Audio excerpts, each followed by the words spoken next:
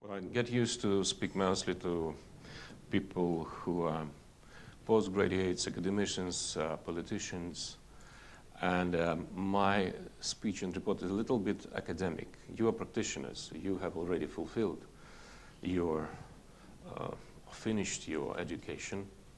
But nevertheless, I will not change the style in the last-minute arrangement. So be patient. If it will be too academic, with some historical inquiries, but I will manage. Maybe afterwards you will have some questions and it will be interactive.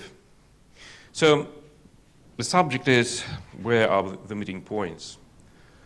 Russia meets Europe. Frankly speaking, in the title there is a very incorrect proposition, because Russia was always part of Europe.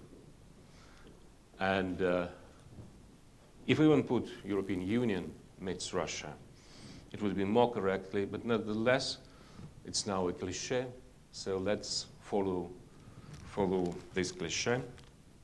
And let's remember short piece of history, but on a very vast historical background.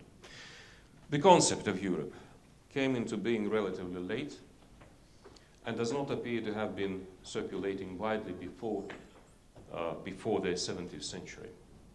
Gradually it occupied the mental niche which formerly belonged to the Christian world concept, the one that Pierre Chagnon stressed grew out of a millennium of history and 6 centuries of crusades. The term Europe became commonplace in the western part of Europe by 1660, and in the eastern part of Europe by 1750. Notably, Europe's remarkable civilizational openness will manifest even at this early phase. The perception expressed by Nicholas of Cusa, a center everywhere with no limiting circle.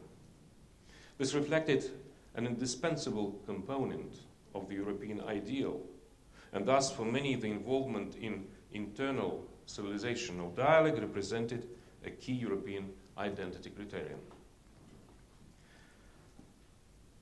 Russia has always been aware that Europe has similar civilization values and has played an active role in European history.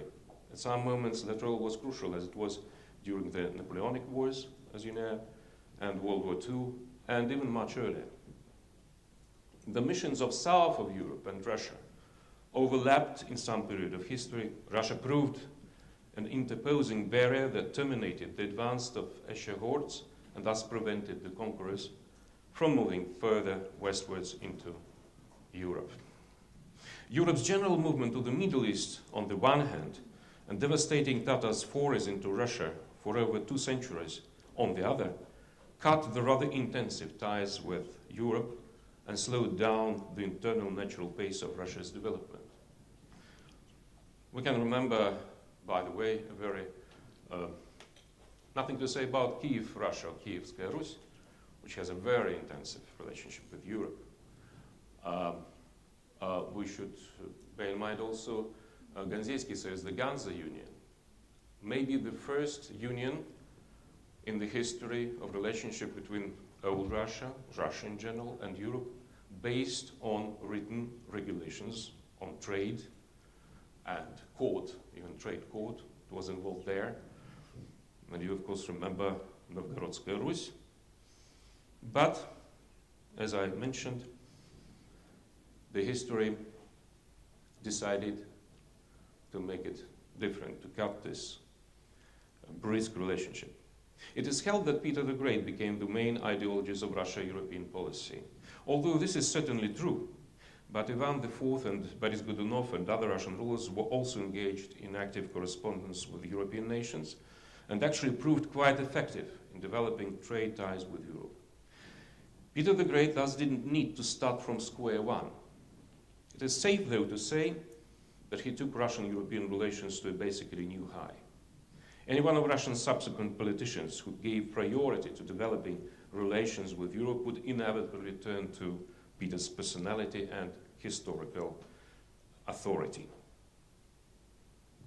Today, too, the personality of Peter the Great looks quite symbolic, given Russia's perfectly obvious effort to bring about a rapprochement with Europe, an effort that I believe is more important than Russia's interest in cooperation with China or even the United States.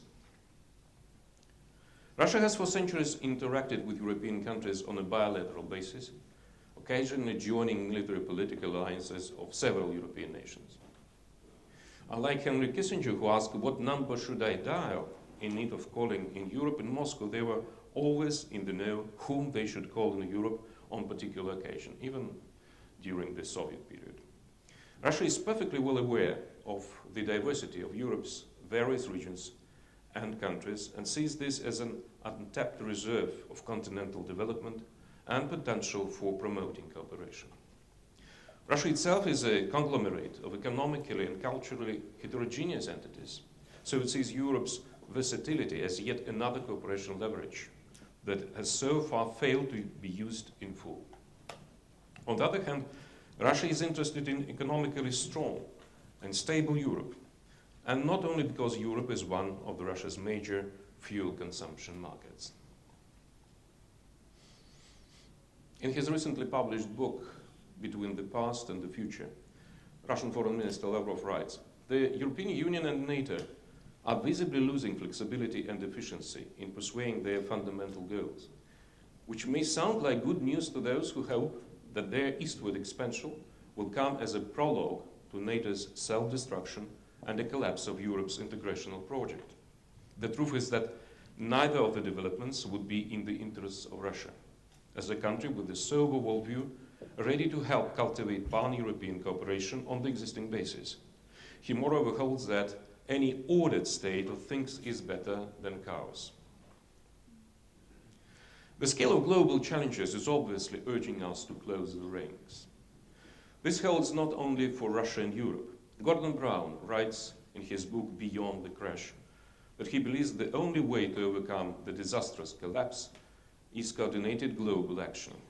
According to him, unless American, British, Russian, Chinese, Indian, and many other citizens and their governments would work together to address those global problems that can be solved only by coordinated international action, then we will have failed. One can hardly argue with his key approach: global problems need global solutions. But hardly anyone will question the statement that to ensure this kind of coordinated solution in real terms is quite a problem. We're advised of the need to abandon Huntington's syndrome and forget about cultural differences. But the advisors tend to forget that the problem is not Huntington, but the fact that these contradictions do exist in reality. Europeans are perhaps best aware of this, witnessing the migration problem, but we can see that divergence of interest results in disunity and conflicts even in the most exclusive clubs, where members grasp every detail of the global situation, like it was the case at Seoul G20 summit. According to the Russians, saying if you are happy about a small thing, you will eventually get a big one. But it would prove no small thing for meeting global changes to bring about a rapprochement and work jointly for greater Europe. In this case, civilizational affinity and a large range of common interests seems to be more organic and feasible as precondition than the effort to ensure the unity of all those concerned about the scale of global threats. Unity that is essentially needed, but is hard to currently achieve in real terms. Perhaps we have not yet overcome the critical mass of fear and concern, which can bring together everyone and everything, even if it would be too late. The expression coined by the French leader Charles de Gaulle, Europe from the Atlantics to the Urals, quickly became famous and emerged as a part of the French foreign policy creed, which de Gaulle reiterated not only in Europe, but also in the United States. Oddly enough, the first reaction from Moscow followed only in 1962, after de Gaulle mentioned Europe from the Atlantic to the Urals in Germany, here, during a tour which led to a French-German rapprochement and ultimately to the signing of the Elysee Treaty. So outraged Khrushchev instructed Soviet diplomats to find out what exactly the French leader had in mind and whether he dreamed of petitioning the USSR. The French response to the Soviet inquiry was a surprise to Kremlin. De Gaulle told Russian ambassador to France, Vinogradov, that time will come when we will be building Europe together with the Soviet Union. What the French leader had in mind could not be a political alliance, of course, which was inconceivable outside of wartime conditions. While preparing this report, I came across a very interesting interview with Prime Minister of Britain, Mr. Cameron. Britons were always very cautious and reluctant about the concept of bigger Europe, so it came just as a surprise, as rather fresh Newsweek edition. So answering the question of the correspondent, he said, "My vision is of a Europe that stretches from the Atlantic to the Urals, a vital, thriving single market of innovation, a continent of great political will." And a very interesting prolongation of this statement. But it wouldn't be a federal state, it would be a country called Europe. For the first time in history, I see it from Albion, politicians, such a statement, supporting de Gaulle's idea of big Europe. Something had happened then. It is also true, though, that neither Gorbachev, as you remember, in the fairly recent past, nor Putin at the moment, see pan-European integration as something that must be a kind of political institution.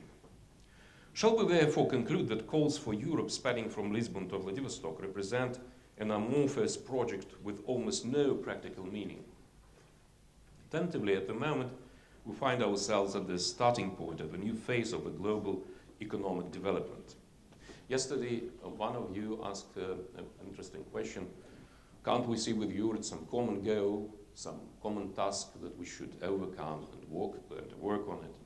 So I may say that this breakneck economic dynamics in Asia, trailed by rapid population growth, presents serious challenges. Even despite the disappearance of the USSR from the global economic stage, the combined share of Europe, the United States, and Canada in the global economic output has been gradually shrinking starting from 1950. If the trend proves permanent, in 40 years, the rest of the world will account for 80% of the global productivity, while the population in Europe, including Russia, the United States, and Canada, are contracting and aging. I know that there are people both in Europe and Russia, politicians, scientists, diplomats, who believe that close cooperation between Europe and Russia will turn the area from Lisbon to Vladivostok into a robust system that will be able to meet the challenges ranging from the global scale competition to economic crises like the one we're currently confronting. One should, of course, realize that Greater Europe is not seen by its protagonists as some kind of fortress. Conversely, Europe and Russia are interested in promoting cooperation with Asia-Pacific, which holds great attraction today. After all, Vladivostok is almost half the world away from Central Europe, exactly on the Pacific. A new Eurasian integration project aimed at combining within common economic space the economies of Russia, Kazakhstan, and Belarus was launched on January the 1st this year. It should be noted that the majority of standards and requirements for products and services across this common space will be compatible with those adopted in the European Union. So sometimes we adhere to the norms, and always Russia is saying no to normative standards that Europe revealed. The implementation of the project is seen as a step towards tighter integration in the form of a Eurasian Union. And Russia Premier Putin expressed the view that this union would be able to take the role of an efficient link between Europe and the dynamic Asia-Pacific.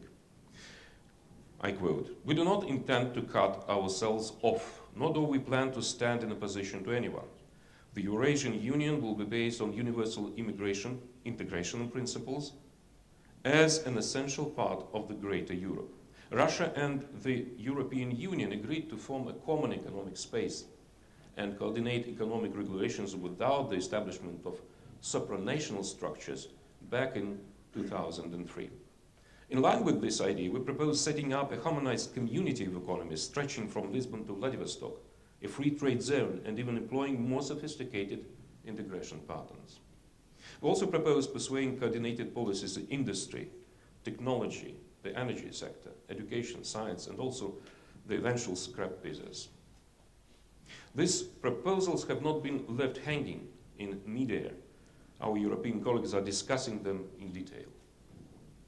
Very recently, the managing director of the Lazard Bank, former deputy Jean-Pierre Thomas, made a report on European-Russian economic space at the Elysee Palace. It was a report of 250 pages. And it was made by the request from President Nicolas Sarkozy. So the authors insist that Russia and Europe are complementary to each other. A free trade area with Russia would serve as a lever for European Union economic growth. Thomas points out that the promotion of cross-investment in the European Union and Russia is only possible if barriers to Russian capital are removed. Europe is naturally apprehensive of money laundering and is mistrustful of Russian investors. But Thomas writes, the Russian banking system has been effectively updated, while Moscow's determination to obtain the status of a global financial center is largely conducive to bringing it into line with international standards, which is true.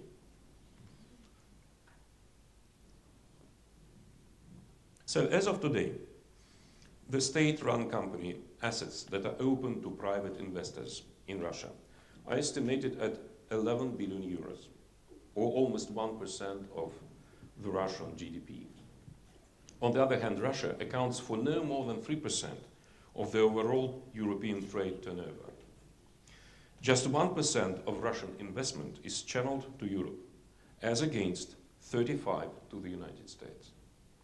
The Thomas report is quite explicit about the capacity of and the prospects offered by the Russian market and multilateral trade. By now, Germany seems to have taken maximum advantage of the situation, and I want to pay your attention on table number 1. This poll was conducted by the German Committee on Eastern European Economic Relations and the Russian German Foreign Trade Chamber. They do it annually, sometimes once in 2 years. So the 2/3 of German businessmen, the 2/3 of German businessmen think the condition of their business now is good. By comparison, only 1 in 5 businessmen thought so back in 2009. Also, 2/3 of German businessmen say they will boost the strength of the workforce at their factories in Russia. And now table number 2, please. And here we see data on Germany's exported input increase last year. So, Germany's exports to the Eurozone countries grew by 8.6%, Germany's total export to the world by 11.4%, whereas German export to Russia by 30%. German exports are matched by impressive import growth, as you see, and increased by 12.9%, 13.2%, and 26% respectively. In other words, the growth rates of Germany's trade with Russia is significantly above similar trade indicators for the Eurozone and the world at large. So while we're discussing, shall we trust each other or shall we not trust, there are people, I can't see them here though, unfortunately, who work on this, who are not asking them questions of this, historical hullabaloo. They just work. They're very pragmatic. They see the interest, they see the flexibility of potential.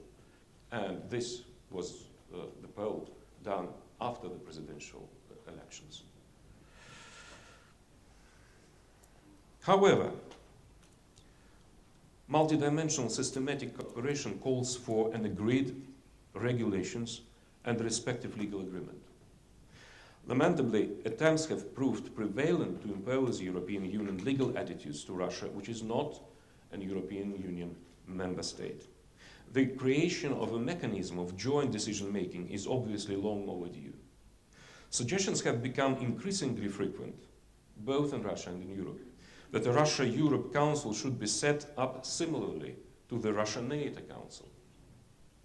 Jean-Pierre Thomas claims in his report that ignoring Russia would encourage it to promote alliances with the East, above all with China, or even with the United States as part of an anti-China coalition. Well, to my personal view, it's hardly plausible. Nevertheless, the world is changing so fast that the hand that Russia has put out for a handshake can't hang in the air for long. It is likewise obvious that the fact that we are complementary to each other also implies greater interdependence. But this is precisely what scares those who still think in terms of the Cold War. Herculean efforts should be, in fact, undertaken to prevent the stereotypes of the past from drawing dividing lines in Europe. Jessica Matthews, president of the Carnegie Endowment for International Peace, drew the attention to what's seen as a historical paradox. It follows from the post-war experience that the wounds and prejudices inflicted by the bloodiest and cruelest war on record were healed relatively quickly, with the process of reconciliation and mutual adaptation making visible progress in a rather historically short period of time. But it still takes a lot of time and quite an effort to eradicate the deep-seated Cold War prejudice against each other.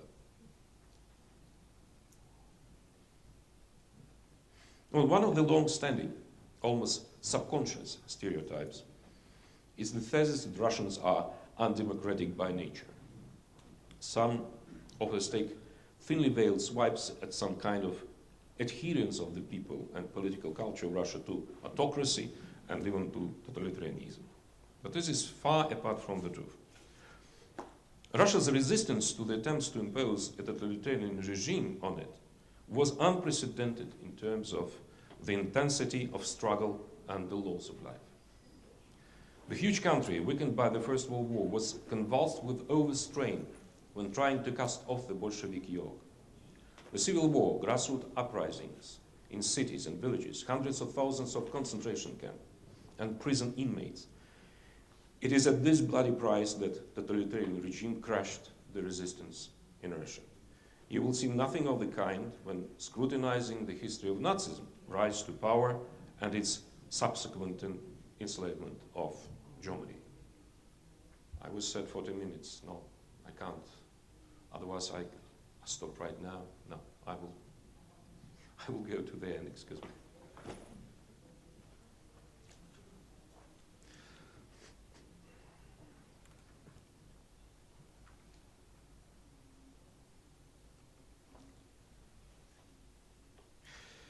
So, the winner syndrome keeps preventing many in the West from seeing Russia as a fully fledged partner, to a smaller extent in Europe, to a greater degree in the United States. Many in Russia and Europe and in the United States feel that lack of trust is the main barrier in the way of intensive and creative cooperation. So I was mistaken yesterday. I said that this academician came from Stratford University. Now I will say who is he. I share the following statement by Columbia University professor Legwood. Trust is the end of process, is its beginning. We need developing process, not institutions. And we should overcome the low level of trust by working together on mutual agenda. Right, he said? Now a small piece of economics and some ethical aspects of contemporary life. At the pivotal point of its development, the modern civilization switched from the concept of freedom of enterprise to the concept of free market, and these are not synonyms. That was a definitive shift from individual freedom and the emphasis on private initiative to an aloof system with its self-contained technologies, mechanism, and irrational tendencies. Clearly, the credo of our time is largely shaped by economism. Russian philosopher in exile, Sergei Bulgakov, wrote in the beginning of the 20th century that we were entering the epoch when the economic issues had boldly climbed to the very top of the list of priorities in the realm of ideas and emotions. And his point was that we are confronted with a dilemma. Is the economy an element of human existence? Or is human existence an element of the economy? Milton Friedman's self-regulated free market model set in motion long-term and deeply corrosive instabilities across the global economy. Proponents of market fundamentalism were ruining the modern version of capitalism on which they imposed over-reliance on rational reflections of irrational phenomena of the market. Globalization loaded the approach with additional risks. Deutsche Bank director Joseph Ackermann admitted he no longer believed in the self-medication powers of the market. And former Federal Reserve Chairman Alan Greenspan described the shock of witnessing the collapse of shareholders' expectation as the loss of faith in the existing financial and economic order. The crisis of the consumer society, once guided by nearly unlimited optimism, and the global economic nosedive that triggered it, mirror the simple fact that there is not enough prosperity for all. As it was explicitly expressed by British economist Kenneth Balding, only a madman or an economist can buy the idea that exponential growth can last indefinitely. Now, great German Friedrich Schelling said once that strong characters with enduring ties with the past, not those who feeble-mindedly adopt whatever philosophy a new epoch offers, are the ones who build the future. Charles de Gaulle, the prominent French leader who authored the Greater Europe concept, believed that the future of France or the whole Europe requires a foundation more solid than just the quest for material well-being. The modern world has reached a certain threshold, and credit must be given to Europeans for being the first to realize that their notions of justice and morality are not a kind of abstract legacy, but core values on which Europe existentially depends. These days, Russia feeling exactly the same. Europe is intensely experiencing an identity crisis. Such identity searches underway across the entire space from Lisbon to Vladivostok actually reflects the cultural unity of the Greater Europe. You will not see anything of the kind in the United States, Latin America, or even the restless Middle East. The obvious problem to be faced is that no democratic, no market values, if torn out of the context of the traditional axiology, are able to play a universal role.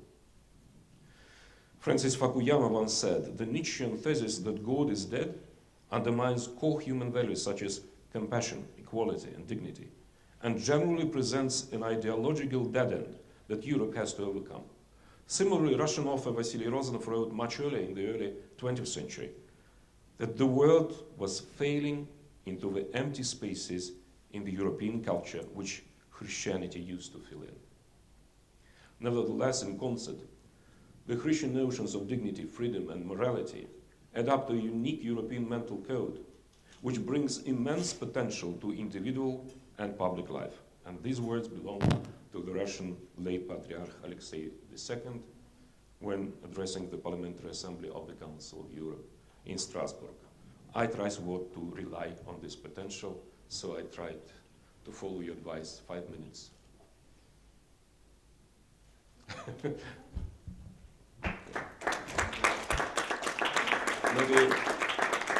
Maybe some questions. Thank you very much. Thank you very much for your lecture. Thank you. I dropped a few pages. yeah, for taking But you time. said it's 40 minutes. I don't think we need more interactive conversation and better spend some time. But I wonder if maybe some questions will come from the that's why we're starting our questions and answers session. Please introduce yourself and ask your questions. We're welcome.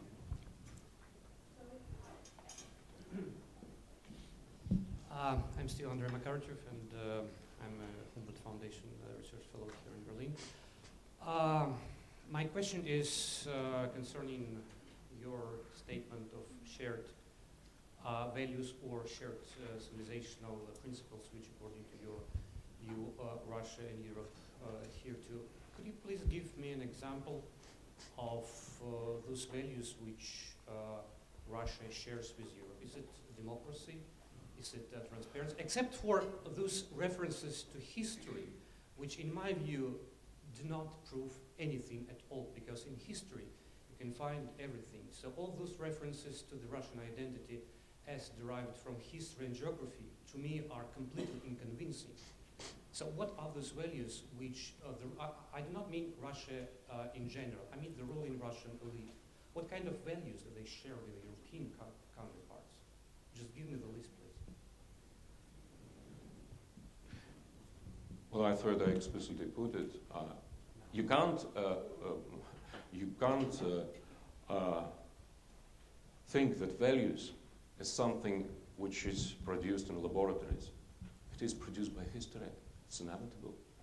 Each value, if you will take it, has a historical background. It's through the experience of people. It's not sitting somewhere. I don't know, what values should we design for today that the whole world, other world will share? Of course it has a historical ground. You can't avoid this. As for what are the common values, is exactly what I said. And first of all, it's respect for the dignity of a person. Democracy, yes, but democracy is only part of it. Yesterday I made a reference to Habermas, and I urge you to read it. It is widely published here, and he insisted why, for example, the value of respect of the dignity of a person appeared so late after the human rights values that were proclaimed earlier. And it appeared exactly after the World War II, because what we experienced in Russia under the totalitarian regime, in Germany, put forward the value of one human's dignity. And this is the most general shared value in Europe, including Russia, of course. What's Magnitsky? What is about Guantanamo? What's about cases in Afghanistan? What does it cast a shadow on the whole idea of idealistic view of America that it shouldn't be, their soldiers should not behave this way? It kind of casts a shadow on their principle. I would say you that in reality life will always be worse, so to say, or lower if comparing to the ideal. It's not that you say, oh, this is the ideal, and look here, it is implemented. But they would say you, and in the history, and now, yes, but this case contradicts thoroughly, directly. Yes, but this is the case that the majority will not admit as a rule. That is the point. So Magnitsky, yes, I agree with you. It's a very, very bad thing and no sign of democracy, of course. I share with you, saying this, I share with you the value that we both assess this as a crime. That's important. That's important. From what point of, from what government? If you think that government are the vehicle of values in the world, no. It's public. It's people. It's not governments. They can contradict to our understanding that it is a bad thing. It's important that we analyze and judge the practical, concrete events from the point of view of the same point of view with Europeans. That there should be respect to dignity, freedom, and freedom of, so to say, creative life. For example, Habermas put it very bluntly, very interesting dimension, new to me. He would say, why it is not enough democratic values? Because then you have to, since we are devoting our discussion to cultures,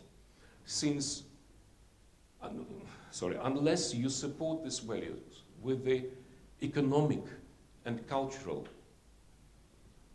possibilities for these people to develop, the task is not fulfilled.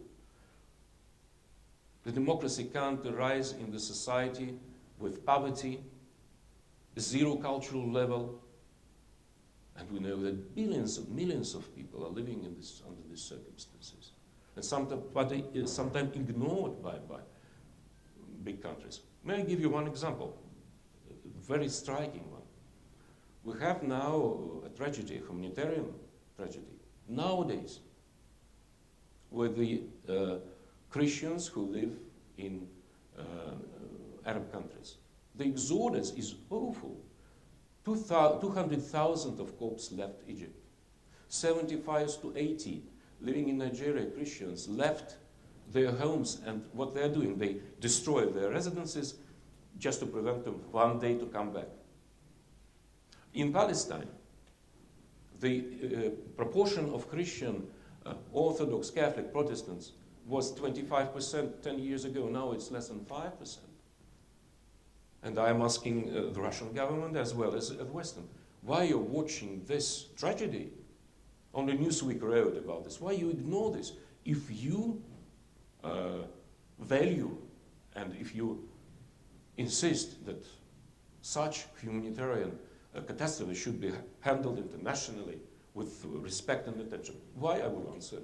The answer is very simple. Because it is politicizing the values. Because they say, oh, this newly emerged governments, we can't settle this process. We can't. We shouldn't, pull their legs because we have to deal with this newly emerged governments, rulers after the Arab Spring. We can't just ignore that they are more or less independent, and so we have to establish some kind of relationship, and that's why they are silent. As well as, for example, I may say, and I wrote in my column, that Russia should pay attention to what is happening in Palestine, because Russia has more close contact with administration of Palestine, even with Hamas. So tell them, what are you doing? Why should we neglect the attitude to the Christians in Palestine? So in this case, we are to urge Russia and Britain and United States to act accordingly to their standards of understanding of freedom and respect of dignity. By the way, culturally, you agree that it's also a whole layer of culture. If you will go, some of you have been to Middle East, it's a layer of culture, specific, Eastern, exotic, unique Christian relics, and if you are not a believer, at least as an intelligent person, you understand it's a whole layer, big layer of culture, and now it's being ruined, and everybody is silent. So. Okay, thank you. More questions? Last question. I'm Maria Moskva from High School of Economics in Moscow. We were talking a lot, so thank you for the good, the very interesting talk about Russia and Europe. In your presentation, you were talking mostly about similarities and shared values. But of course, Russia and Europe, we are separate civilizations, and that's not by chance.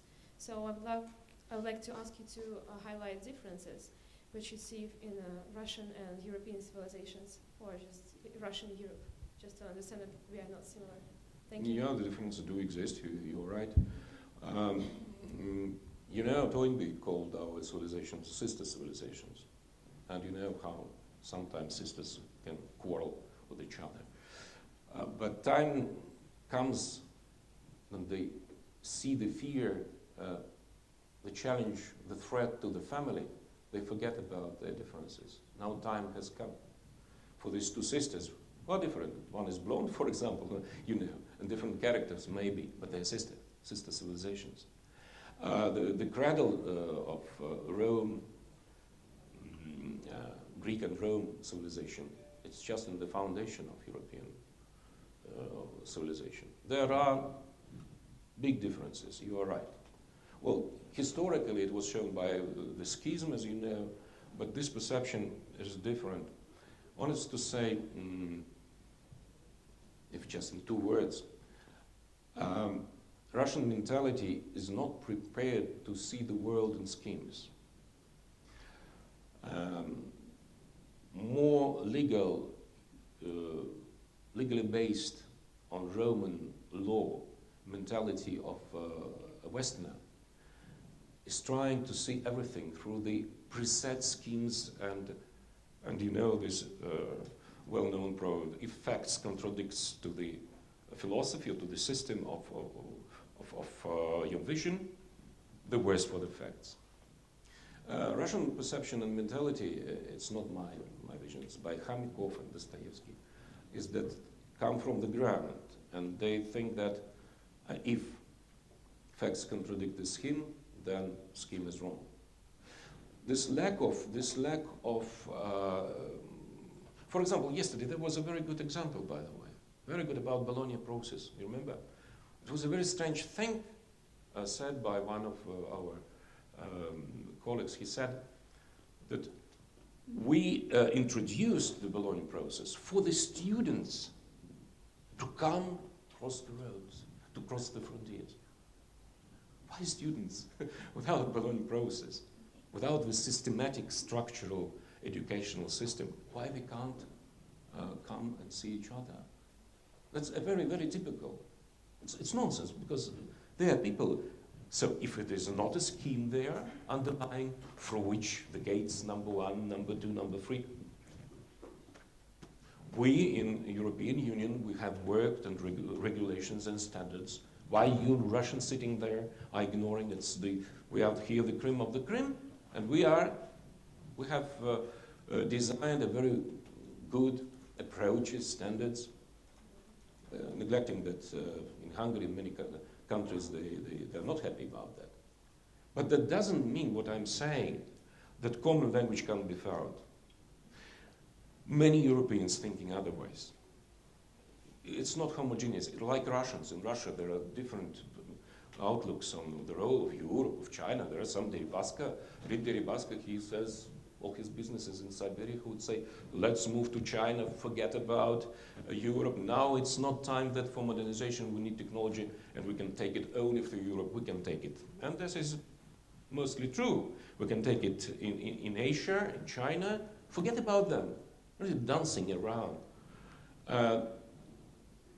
I against such an approach. I think, nevertheless, that we should insist on rapprochement and working on greater Europe concept. But the same in Europe. The same in Europe. Some would say, no, these Russians, they think their mentality is quite different. We can't handle with them. And others are working, as you see here. So, but if in principle the difference in mentality and approach, it is roughly what I mentioned. Thank you. And the last question. Thank you very much for your presentation. It was very interesting when you said that both Europe and Russia are looking for an identity. And while I would be in favor of a joint identity, I think the question remains about the size of Russia. Because if you're talking about Europe plus Russia, then it's stretching, as you mentioned, from Barcelona all the way to Vladivostok. So is this possible at all, strictly in terms of geography? And because the east part of Russia is also different from the west part of Russia.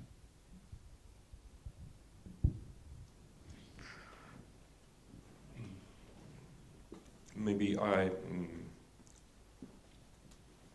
haven't got the idea, but you think that these huge territories that separate European part of Russia from Asian markets and from Pacific, does possess some kind of barrier hardship in the way? Yes, it is, of course. The more so that, so to say, after the Urals, the infrastructure needs development, of course, especially transit and transportation, of course, logistics. They need working hard. Maybe this newly set, and I think that it is implied by the decision to set this new and rather independent from governors of this region company, which is a Siberian Far Eastern company, which will work to develop all this territory, huge territory, to the Pacific, starting from Urals. I think this is the idea just to connect not only European part of Russia and Asian part of Russia, but on some, finally, to help this building of this greater Europe. Eurasian Union is about that. Putin was very explicit about this. Being a KGB officer, he was straightforward, as we heard yesterday. But he's right. He's right. This is the demand, because the global competition is fees, and it would be even fiercer, more fees than now. it's, so to say, kind of imperative for the development of Europe. Where this additional potential for the development of Europe? Show me it on the map.